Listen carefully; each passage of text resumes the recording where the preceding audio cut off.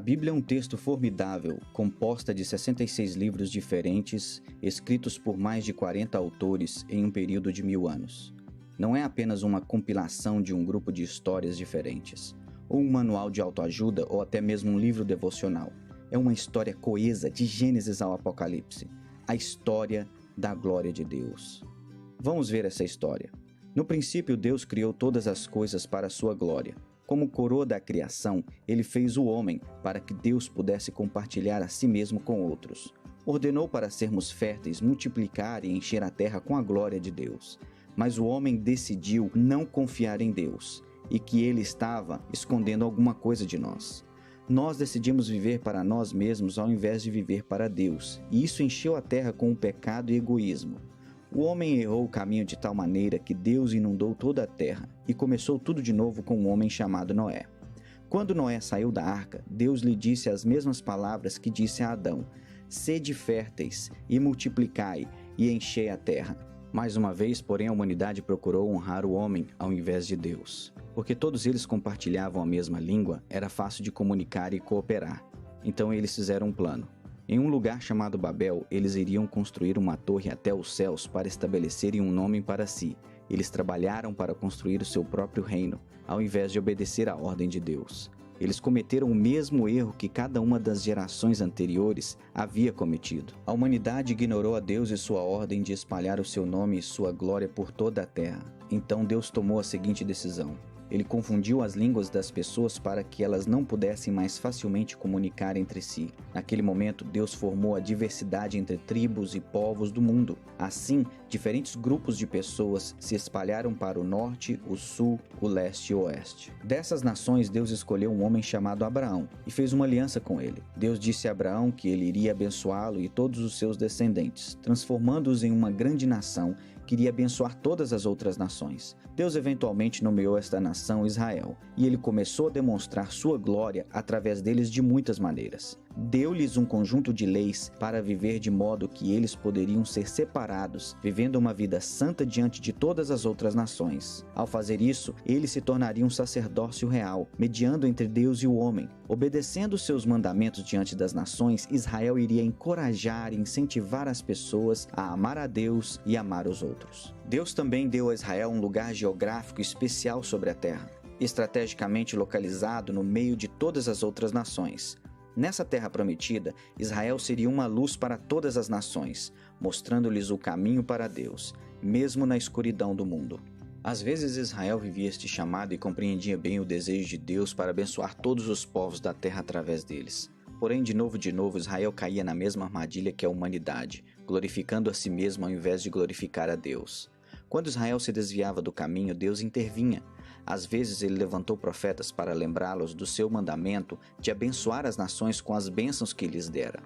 Outras vezes ele disciplinaria seu povo, permitindo-lhes ser levado cativo por outras nações. Independentemente disso, Deus usou Israel mesmo em sua desobediência para engrandecer seu nome entre as nações. Mas tudo isso foi apenas o começo daquilo que Deus tinha planejado. Em todos os seus altos e baixos, Israel cresceu com fome de um Messias prometido, um rei que iria estabelecer um reino eterno que nunca teria fim. Isso, é claro, nos leva a Jesus. Deus enviou seu Filho para a terra por 33 anos para demonstrar dramaticamente o amor do Pai, tanto para judeus como gentios. Ele era da linhagem do rei Davi, mas sua genealogia tinha judeus e gentios. Seus primeiros adoradores foram os sábios, gentios do leste. Anjos proclamaram que sua salvação seria para todos os povos. Até mesmo no dia de sua apresentação como bebê, foi identificado como luz para iluminar as nações. E outra vez Cristo lembrou os seus discípulos que o plano de Deus, desde o início, é abençoar todos os povos. Sua vida exemplificou esta mensagem perfeitamente. Ele ficou furioso quando o templo não estava sendo usado como uma casa de oração para todas as nações. Ele contou parábolas sobre o reino de Deus, dizendo que este reino é para todos os grupos étnicos, e pregava a boa nova para os judeus, gentios, ricos, pobres, educados e iletrados iguais. Jesus serviu cananeus, samaritanos, romanos e gregos. Ele era e é um verdadeiro Messias para todas as nações. Ele viveu uma vida perfeita, morreu uma morte perfeita e levantou-se novamente com uma ressurreição perfeita. Então ele nos mandou: ide, fazei discípulos de todas as nações. As palavras perfeitas para resumir seu ministério. Ele nos disse que este evangelho do reino deve ser proclamado em todo o mundo, em testemunho a todas as etnias, e então virá o fim. Nós vemos o início disto quando o Espírito Santo encheu os discípulos no Pentecostes e proclamou as maravilhas de Deus em várias e diferentes línguas do mundo.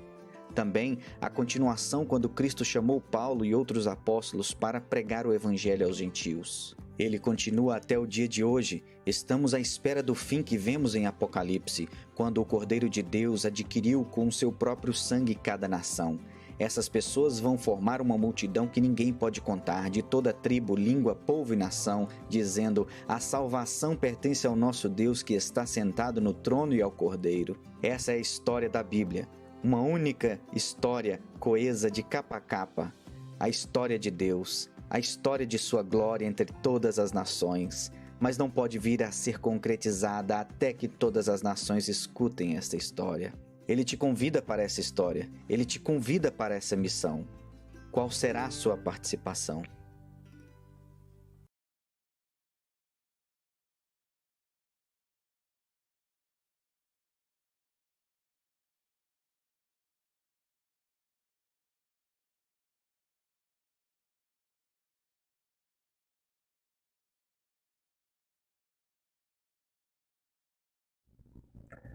Que a graça e a paz esteja com os amados irmãos da Primeira Igreja Batista de Corumbá, no Mato Grosso do Sul.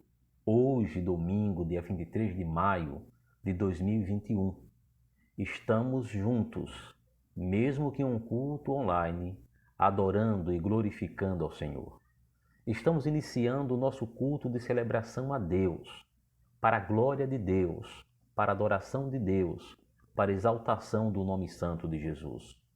Nosso culto será online, devido termos feito ontem, por medida de precaução, por medida de segurança, a descontaminação das instalações do nosso templo e instalações em torno dele.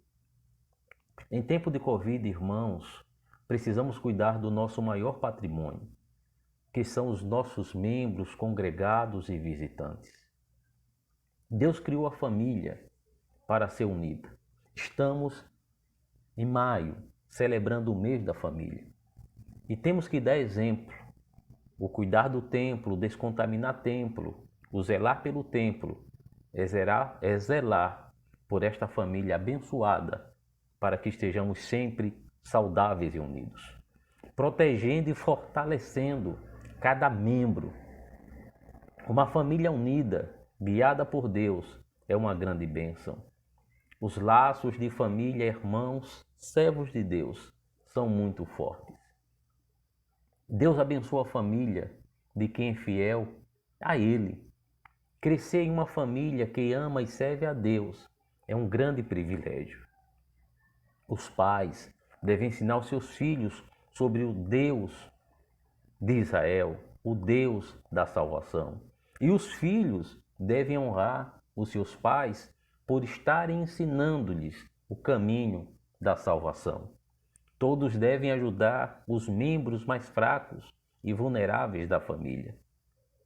Precisamos entender que maio, o mês da família, é o mês da restauração. A família é o lugar ideal para refletir o amor de Deus. Nem todas as famílias são felizes, é verdade.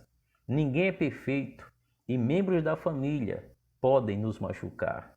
No entanto, a ajuda de Deus, vinda através do nosso clamor, em nome de Jesus, nós poderemos aprender a perdoar e construir famílias mais fortes. Convido você a fazer a leitura da Palavra de Deus no Salmo de número 103, versículos 17 e 18. Mas o amor leal do Senhor, o seu amor eterno, está com os que temem, e a sua justiça com os filhos dos filhos, com os que guardam a sua aliança, e se lembram de obedecer aos seus preceitos. Glórias a Deus. Convido você agora a orar, para na sequência nós estarmos participando com louvor. Deus, seja com o nosso culto em nome de Jesus. Usa o ministério de louvor nessa manhã de domingo para ser bênção para o seu povo que assiste este culto. Deus, em nome de Jesus, usa o pastor Fausto Aguiar para nos abençoar nesta manhã com a palavra. Obrigado, ó Deus, em nome de Jesus. Amém.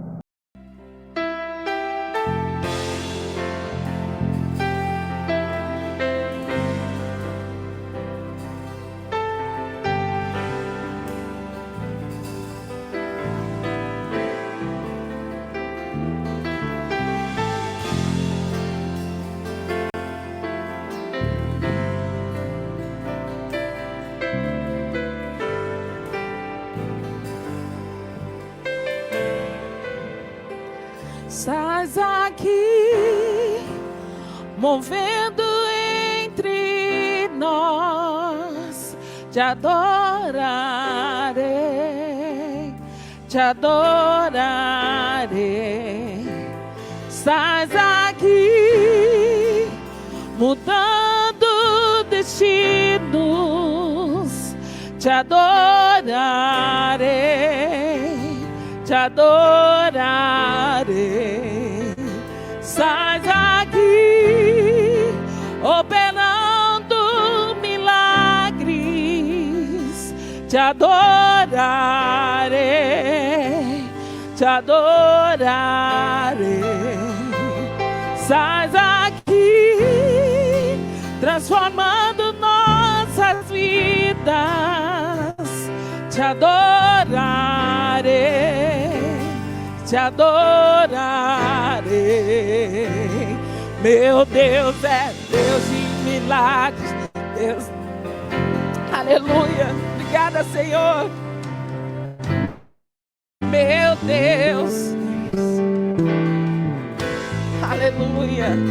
Meu Deus é Deus de milagres, Deus de promessas, caminho no deserto, luz da escuridão. Meu Deus, esse é quem tu és. Estás aqui, tocando os corações, te adorarei, te adorarei.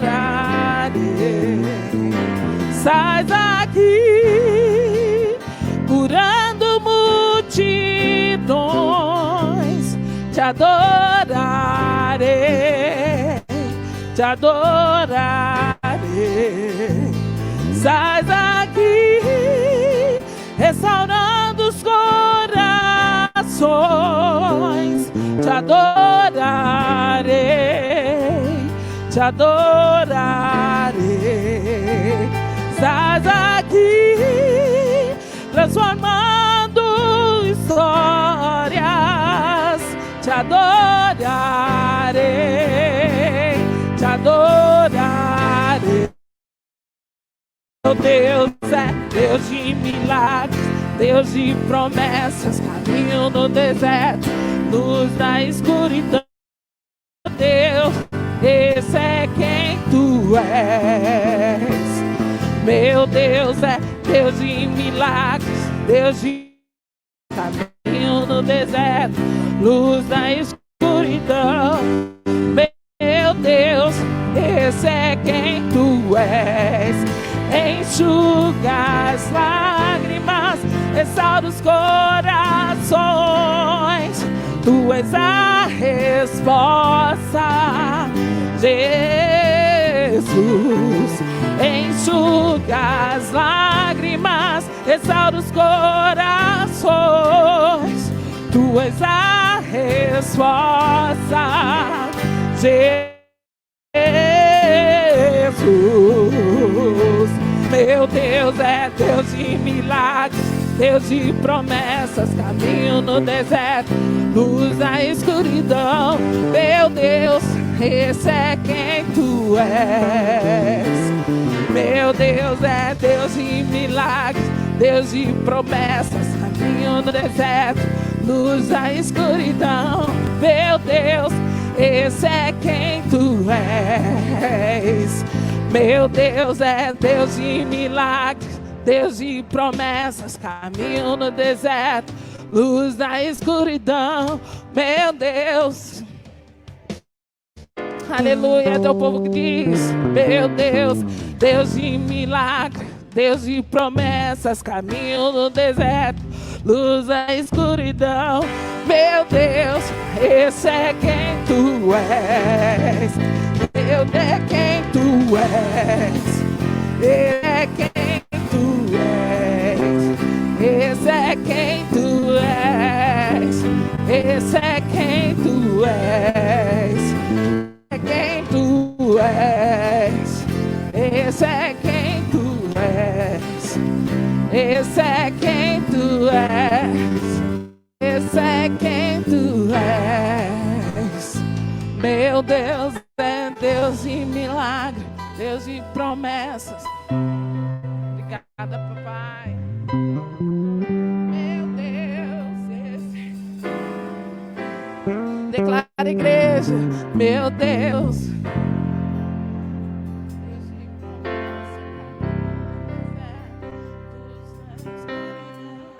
Meu Deus, esse é quem tu és.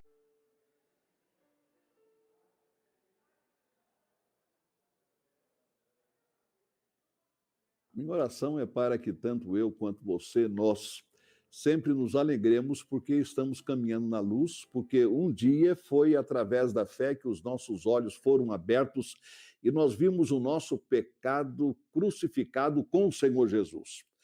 Como o apóstolo Paulo diz aos Gálatas, eu já estou crucificado com Cristo e vivo não mais eu, mas Cristo vive em mim.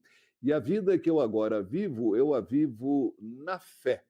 Esta vida que eu ainda vivo deste lado da eternidade, Paulo diz, a vida que eu vivo na carne, isto é, deste lado, eu a vivo na fé do Filho de Deus, o qual me amou e se entregou a si mesmo por mim. Isso está em Gálatas 2:20. E ainda na mesma carta aos Gálatas, já no capítulo 6, o apóstolo Paulo diz, longe esteja de mim me gloriar a não ser na cruz de Cristo. Se eu devo ter algum tipo de glória, que seja na cruz, porque ali o meu pecado está crucificado, ali o mundo está crucificado e eu estou crucificado para o mundo. Somente Cristo está dentro de mim, somente a cruz de Cristo dentro de mim e dentro de você. E graças a Deus, porque foi na cruz, onde um dia eu vi meu pecado carregado por Jesus, meu pecado castigado em cima de Jesus, meu pecado pago pelo Senhor Jesus. Ele levou sobre si o seu pecado e o meu pecado.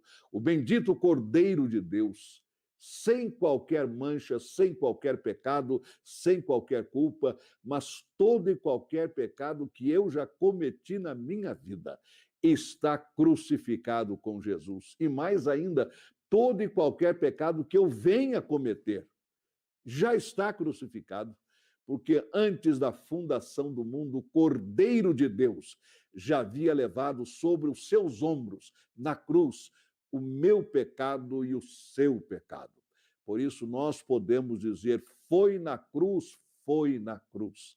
Não há outro jeito senão através da cruz. Isso nós vemos, de certa maneira, retratado aqui na segunda carta de João, que eu quero ler neste momento. São apenas 13 versículos.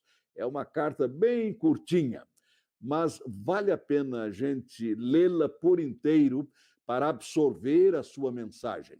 Ela está servindo como base textual, como divisa, particularmente no versículo número 2, da Convenção Batista Brasileira para este ano de 2021, em que nós estamos enfatizando o tema compartilhemos graça e misericórdia.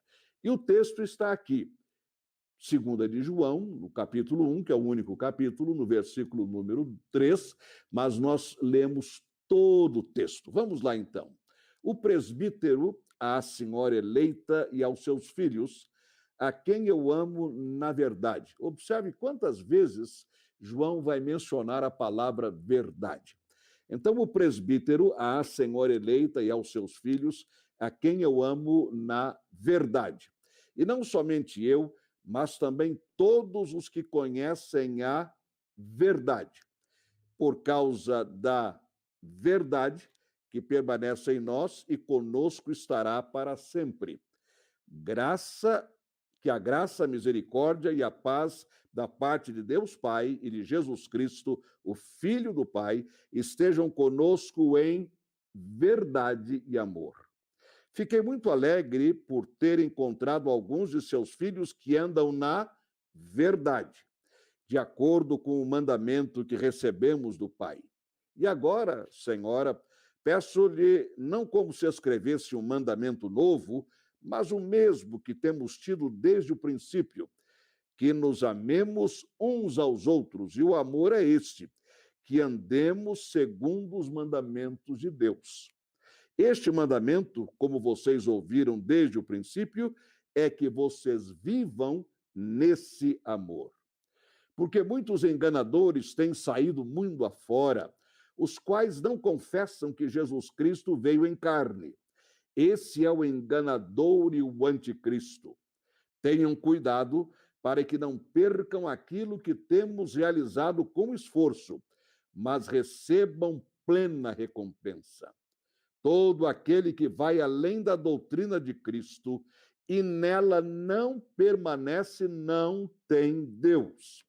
O que permanece na doutrina, esse tem tanto Pai como Filho. Se alguém for até vocês e não levar esta doutrina, não o recebam em casa, nem lhe deem as boas-vindas, porque aquele que lhe dá boas-vindas se faz cúmplice das suas obras más. Ainda tinha muitas outras coisas a lhes escrever, mas não quis fazê-lo com papel e tinta, pois espero ir visitá-los e conversaremos pessoalmente para que a nossa alegria seja completa. Os filhos da sua irmã eleita mandam saudações. Então você observou como a palavra verdade, assim como a palavra amor, ambas as palavras são mencionadas diversas vezes nestes 13 versículos da segunda carta de João.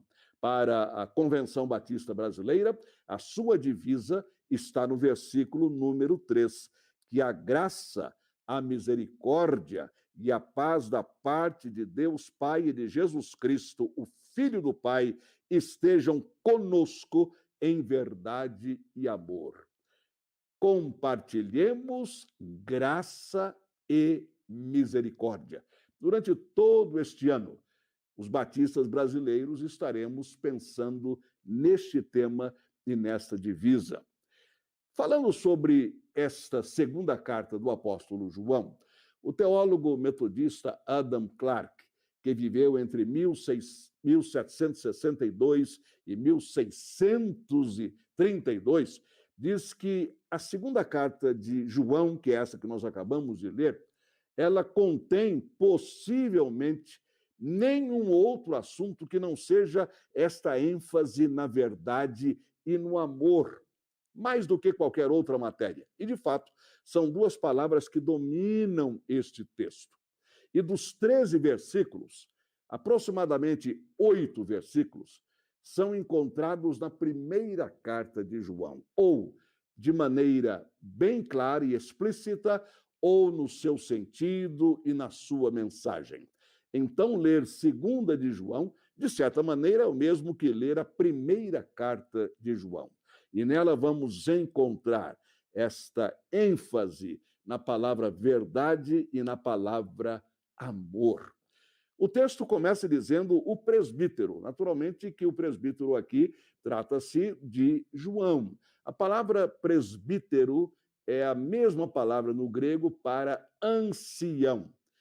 Neste caso, presume-se que não se trata de um cargo ou de um nível hierárquico dentro da igreja, mas apenas o fato de que aquele que estava escrevendo, o apóstolo João, já estava por volta dos seus 90 anos de idade. E se nós pensarmos isto, há 2000 e tantos anos atrás, chegar aos 90, 91, 93, se hoje já é algo extraordinário, vamos imaginar há 20 séculos atrás. Então ele diz o ancião, o presbítero, isto é, aquele que tem experiência, e aparentemente ele está escrevendo para uma igreja, um grupo de irmãos sobre os quais ele tinha uma liderança, e ele chama este grupo de senhora eleita. Pelo menos é uma das possibilidades. Há duas possibilidades. Uma de que se tratava de uma igreja, ou um grupo de crentes sobre os quais ele tinha uma liderança. Então, mandou a carta a esse grupo de irmãos, a essa senhora eleita, essa igreja. Aliás, nós vemos no versículo número 13 algo semelhante. Os filhos da sua irmã eleita mandam saudações. Então, ele está como que enviando saudações de um outro grupo de crentes, de um outro grupo de irmãos e irmãs para este grupo.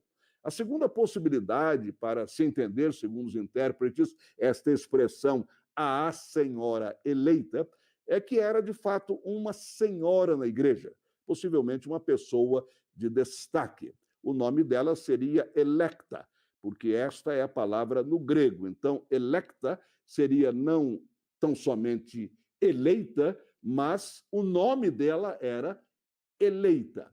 E João, por uma questão de privacidade dela, para não a expor, vivia-se um momento de perseguição, resolveu não colocar o nome dela claramente. Então, menciona a senhora eleita. Então, estas são as duas possibilidades de interpretação desta primeira frase ou do destinatário desta segunda carta de João.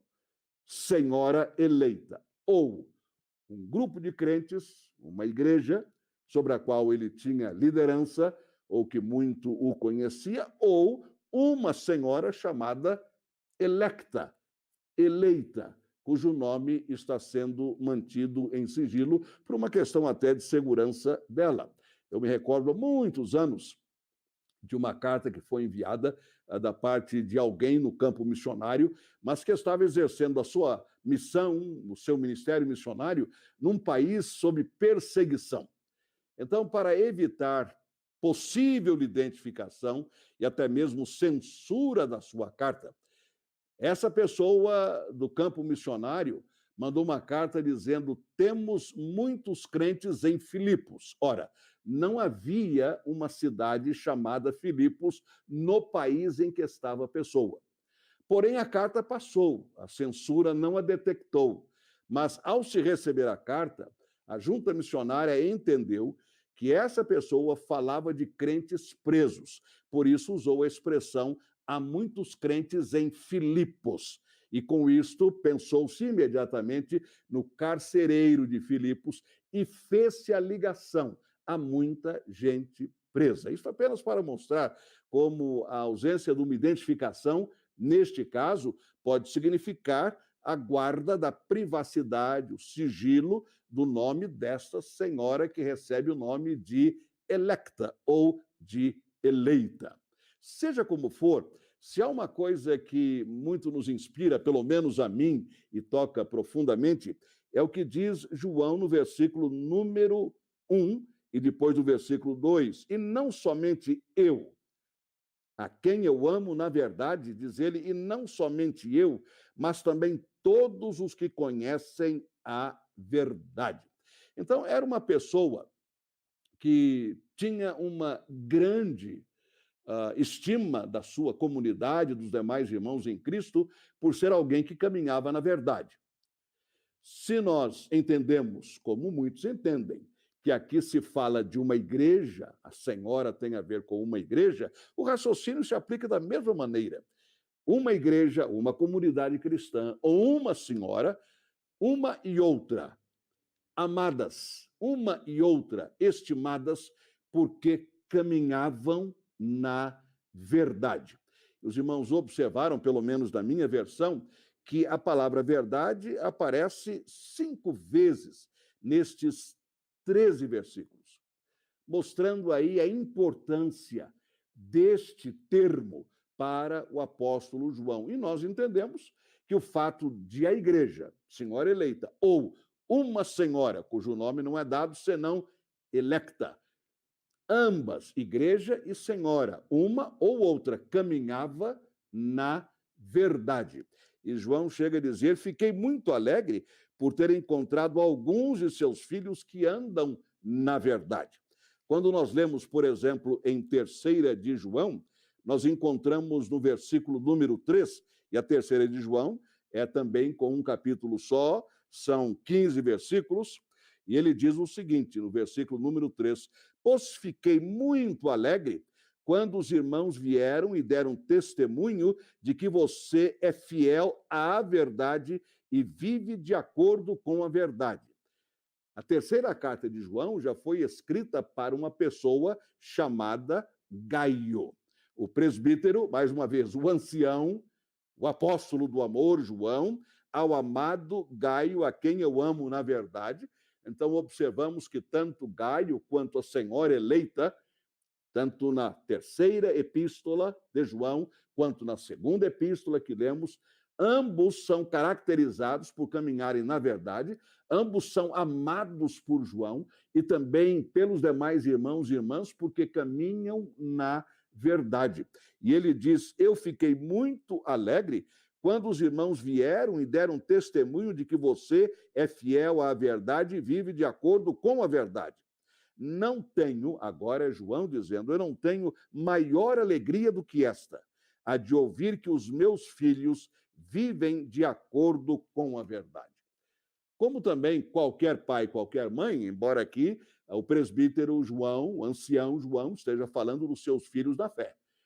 Mas qualquer um de nós, pai e mãe, também tem grande alegria ao saber que os nossos filhos, os filhos dos nossos filhos, a nossa descendência, que a nossa família, que todos caminham na verdade. Em 2ª de João, mais uma vez, ele diz isto: a quem eu amo na verdade, e não apenas eu, mas todos aqueles que conhecem a verdade, por causa da verdade que permanece em nós e conosco estará para todos sempre. O que nós vemos aqui, neste momento, é que a saudação inicial que ele faz no versículo 3, que a graça, a misericórdia e a paz da parte de Deus Pai e de Jesus Cristo, Filho do Pai, estejam conosco em verdade e amor. Uma saudação extremamente semelhante às demais saudações das epístolas que encontramos no Novo Testamento. Aliás, esta saudação de João, graça, misericórdia e paz, é idêntica ao que o apóstolo Paulo usa em 1 Timóteo e 2 Timóteo. A mesma expressão, graça, misericórdia e paz. Nas demais epístolas encontramos graça e paz. Aqui, graça, misericórdia e paz. De onde, então, a Convenção Batista Brasileira extrai o tema para este ano: compartilhemos graça e misericórdia. Agora, é muito claro para mim que esta saudação, graça, misericórdia e paz, conforme está colocado no versículo 3, ela depende essencialmente de caminharmos na verdade e no amor. É o apóstolo quem diz isto, que a graça, a misericórdia e a paz da parte de Deus Pai e de Jesus Cristo, o Filho do Pai, estejam conosco, sobre todos nós, em verdade e em amor. Quando eu penso nesta senhora eleita, seja a comunidade de crentes, ou seja uma senhora, uma pessoa física, cujo nome não está aqui, uma ou outra possibilidade.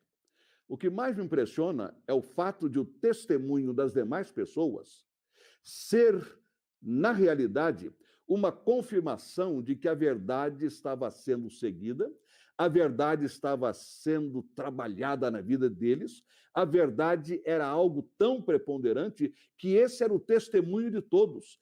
Caminham na verdade.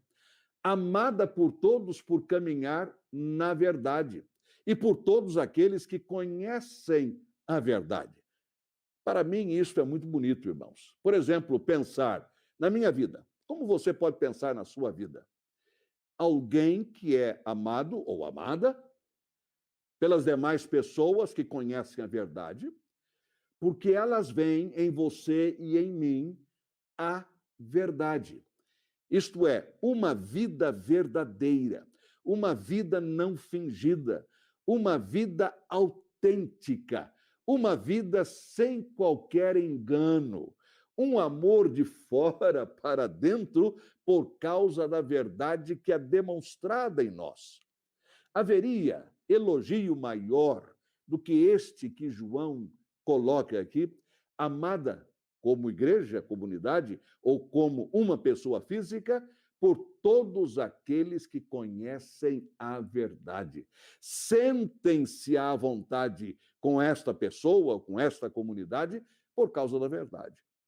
A nossa igreja, Igreja Batista da Liberdade, agora, amada, conhecida como a Igreja da Verdade. Eu, como pastor, amado, conhecido como alguém que procura andar na verdade.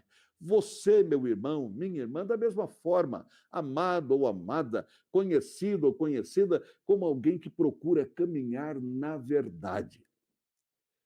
Aliás, isto é tão fundamental, porque, infelizmente, aliás, não apenas hoje, eu estava quase dizendo atualmente, mas durante toda a história humana, desde Gênesis capítulo 3, o que mais se vê, ou pelo menos a impressão que se tem, é que a verdade anda longe das pessoas. O que anda muito perto é a mentira, é o engano, é o jeitinho, é a dissimulação, é o subterfúgio, é a manobra. Quando a palavra de Deus diz esta pessoa aqui, ou esta comunidade de cristãos aqui, amada porque conhece e anda na verdade. Como esta epístola, dos seus 13 versículos, aproximadamente 8, quer na palavra ou quer no conteúdo, está dentro de 1 de João, nós encontramos esta questão da verdade muito bem colocada aqui. Veja só, em 1 de João, no capítulo número 1, começando com o versículo número 5. 1 de João 1, 5. A mensagem que dele ouvimos e que anunciamos a vocês é esta: Deus é luz. E não há nele, isto é, não há em Deus treva nenhuma. Se dissermos que mantemos comunhão com ele e andarmos nas trevas, mentimos e não praticamos a verdade. Então, não praticar a verdade, segundo o apóstolo João, é o mesmo que mentir. Nós mentimos e, consequentemente, não praticamos a verdade.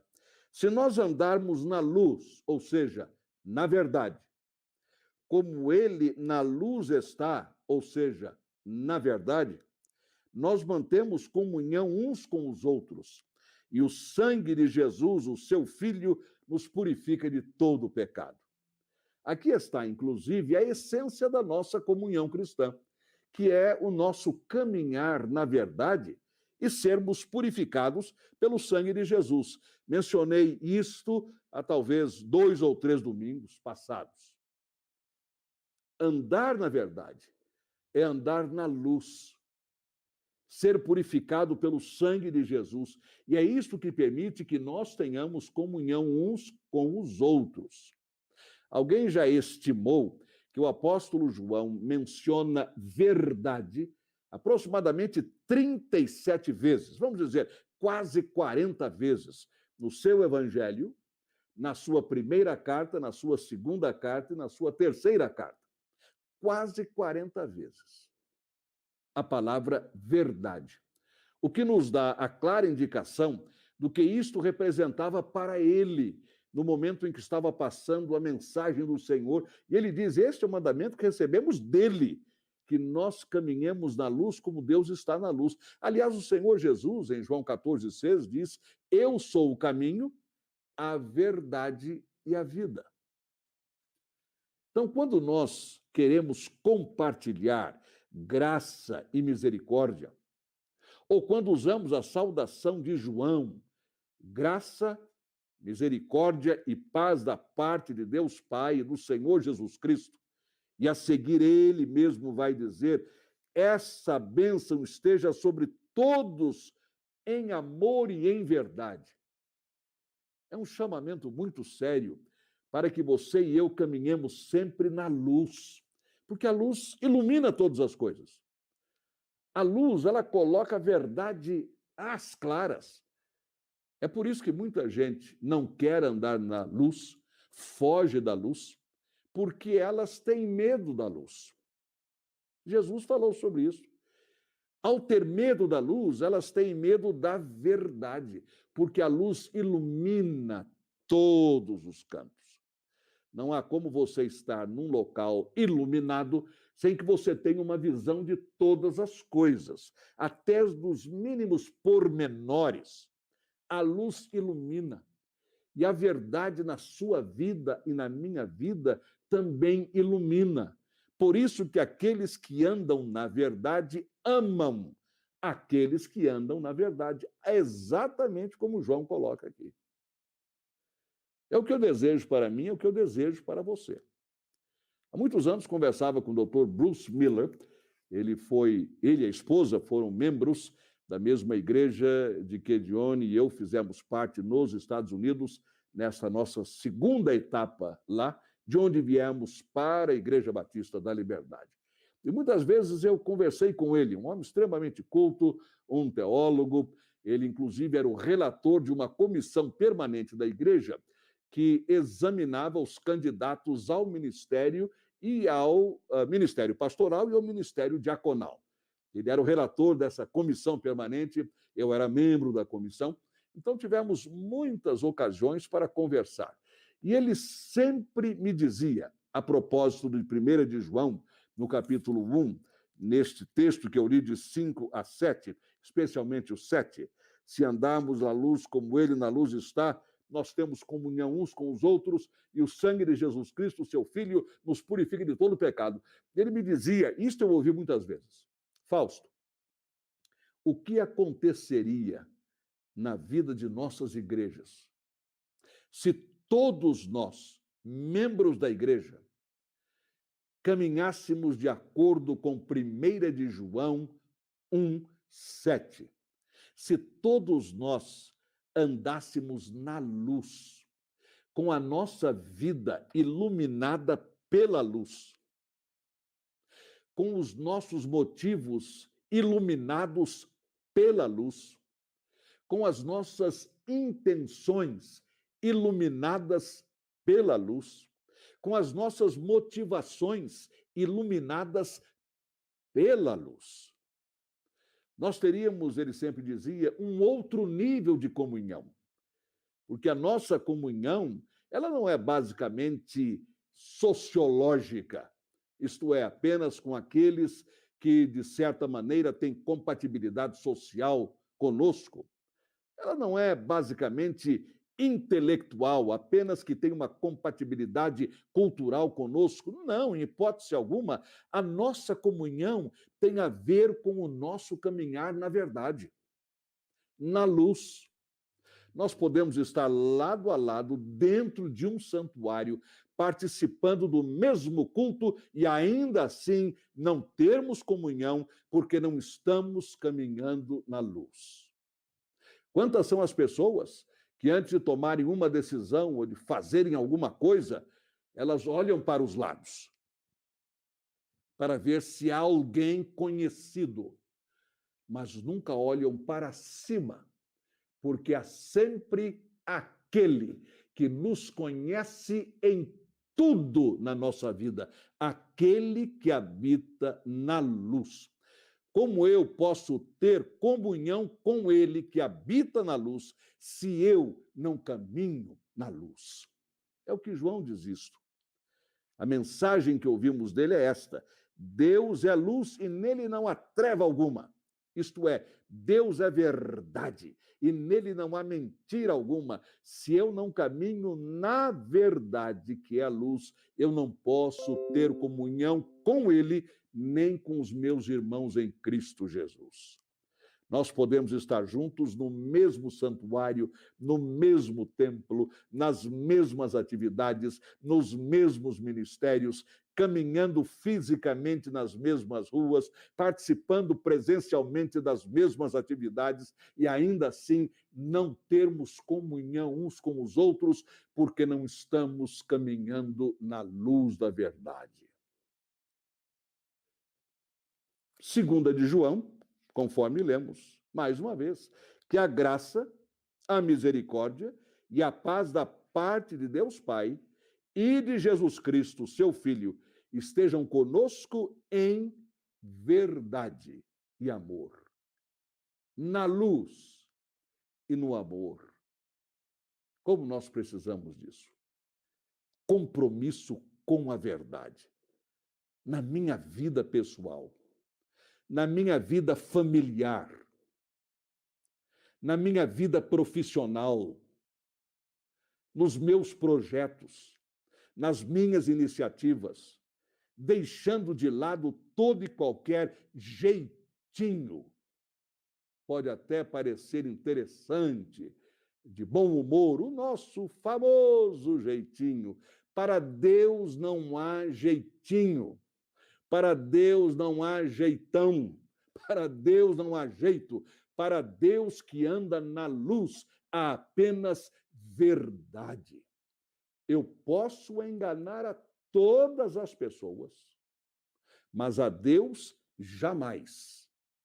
E o compromisso que João exige aqui é o compromisso com a luz, porque ele diz que esta graça, esta misericórdia e esta paz da parte de Deus, nosso Pai, e do seu Filho Jesus, estejam sobre nós em verdade e em amor. Verdade que dura para sempre, segundo promessa de Jesus, no Evangelho de quem? De João.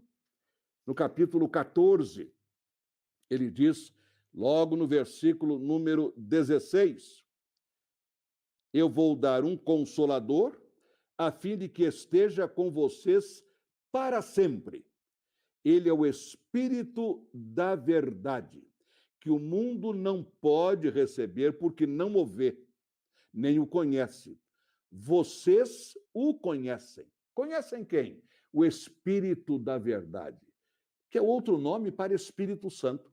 Se nós substituíssemos a palavra santo pela palavra verdade, ó Espírito da verdade, será que isso nos alteraria ainda mais, nos afetaria ainda mais?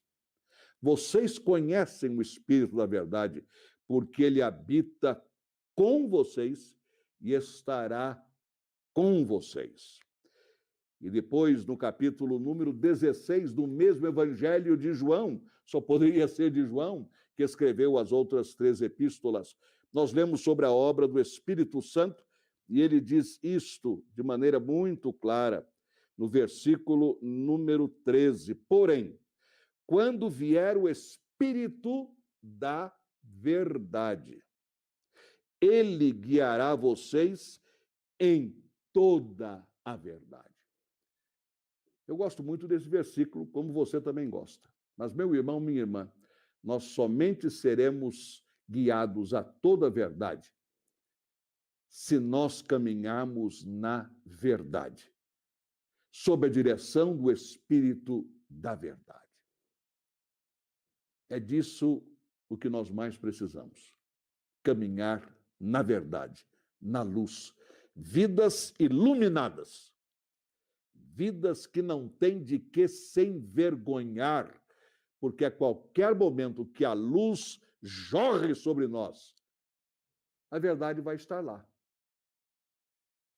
Não precisamos de dar jeito em nada. Não precisamos de fazer manobra alguma. É simplesmente viver. Só isso. Como Jesus diz, nós somos a luz do mundo, isso está lá em Mateus capítulo 5. Isto é, se nós somos a luz do mundo, se nós estamos iluminando as pessoas para que elas sigam o Senhor, porque a luz faz isto, ela vai brilhar para que as pessoas glorifiquem a nosso Pai que está no céu. As pessoas só vão glorificá-lo vendo em nós luz, ou seja, a verdade. E, ao mesmo tempo, entre nós, como aquela senhora eleita que era amada por quantos andavam na verdade. Entre nós também, a comunhão. É como o Pai que está na luz, com o seu Filho que disse: eu sou a verdade, e cujo sangue nos purifica de todo o pecado, e passamos a ser habitados pelo Espírito da verdade. Que esse Espírito da verdade continue a guiar a sua vida e a minha vida durante esta semana. Que nós sejamos testemunhas de tempo integral desta graça e desta misericórdia. Vamos compartilhar graça e misericórdia, caminhando no amor e na verdade. E que, para tanto, o amor de Deus, o nosso Pai, a graça de Jesus Cristo, nosso Senhor e Salvador, e a comunhão do Espírito Santo, nosso Consolador e Espírito de toda a verdade, estejam sobre nós e conosco e dentro de nós, hoje, amanhã, nesta semana, neste ano novo e para todo sempre. Amém.